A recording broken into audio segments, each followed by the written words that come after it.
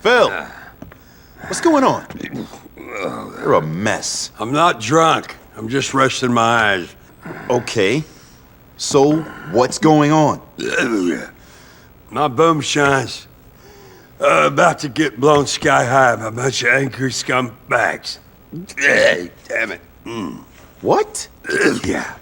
Them cholos are gonna blow up my liquor. And there's so much of it at the warehouse, one match, blow it all the way to Tennessee.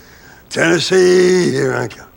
Phil, come on. Let's deal with it. The thing is, Vicky boy, my daddy was an angry man. He never ever told me I was special. In fact, he used to beat me, especially when he caught me staring at my cousin or my sister. You know what he said to me? He said I'd be better off dead. And how exactly is this helping? The tragedy of it is, I'm just like him. I am a drunk. I deserve to die. It should have been me instead of Zach on Hill 491, man. I'm coming home, Daddy! Yeah, Daddy, I'm coming home! You're pathetic.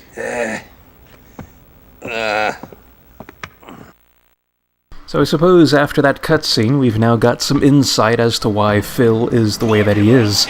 And, it's interesting stuff. And I think Rockstar is trying to send a message here. Because we've only just met Phil, a couple missions ago, but, he's already spilling the beans to his life story there.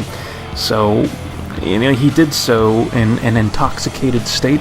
So maybe Rockstar is trying to say, well, if you drink a bit more booze than you should be, then you'll end up like this guy. So, maybe that's what they're trying to get at here. But either way, it leads to an interesting type of situation there with Phil Cassidy and his backstory, which you really don't get touched on a whole lot in Grand Theft Auto 3 or Liberty City Stories. He's just kind of there.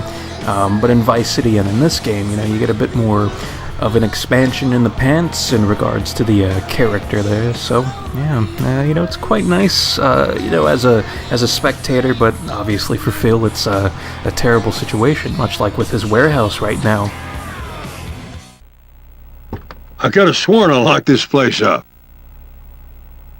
Phil, don't open the... Daddy! Scheming cholo bastards body trapped my place. Ain't no use running. When that boomshine blows, we're all gonna die. Get a grip! I'll get your damn liquor. I'll back the truck up to the door. You load her up. So what we have going on here is quite possibly one of the hardest missions in the entire Grand Theft Auto series. Yeah, we've just started this game and we're already having some problems here.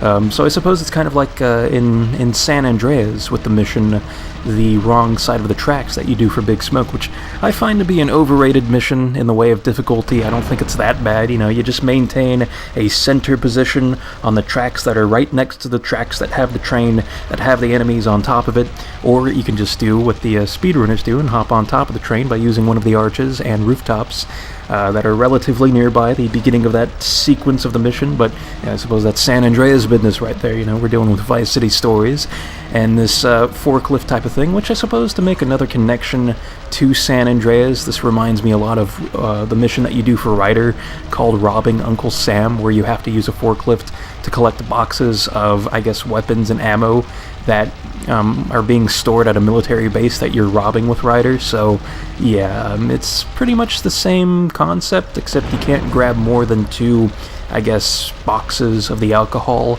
at once. You can only grab 1 at a time, which I think is okay. The only thing that makes this mission just a real pain in the ass there is that the forklift is just so slow. You know, it moves at a snail's pace here, and it's actually faster to reverse in this thing than to move forward. Like, what the speedrunners will do in this mission is they'll just reverse the entire time, except for when they're picking up one of these crates of alcohol, because, you know, obviously you can't use your ass to clench these crates.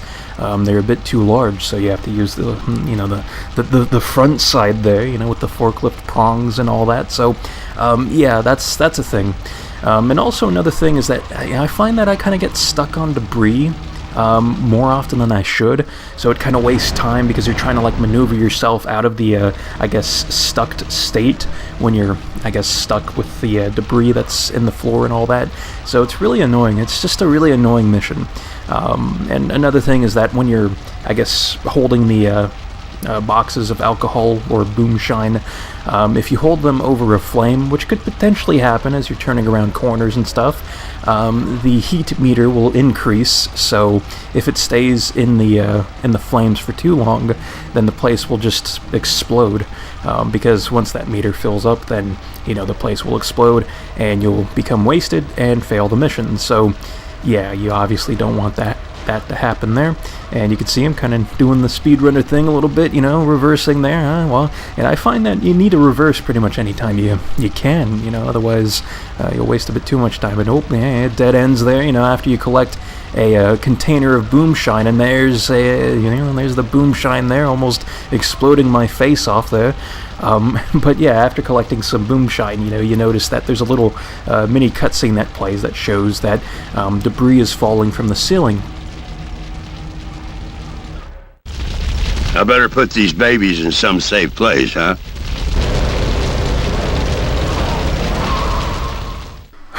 So I am glad that I'm done with this mission. It's a real pain in the ass. And on top of what I've already mentioned, you know, you also have the camera angle there that's non-adjustable, so you can't move it around or anything to see around corners and to see exactly where you are in relation to walls and stuff. So it's also like you have to get used to the controls, because at times you're driving towards the camera, so it's like the controls are reversed in a way. So I don't know, it's just a really crappy situation and terrible mission, but you know, I mean, it's done and over with, and you know, of course it might take a couple tries to do, but when you're done with it, it's a sweet relief, I think. So yes, that completes this mission. In the next part, we will complete the next Phil Cassidy mission, which is called Truck Stop. So until then, I will see you next time.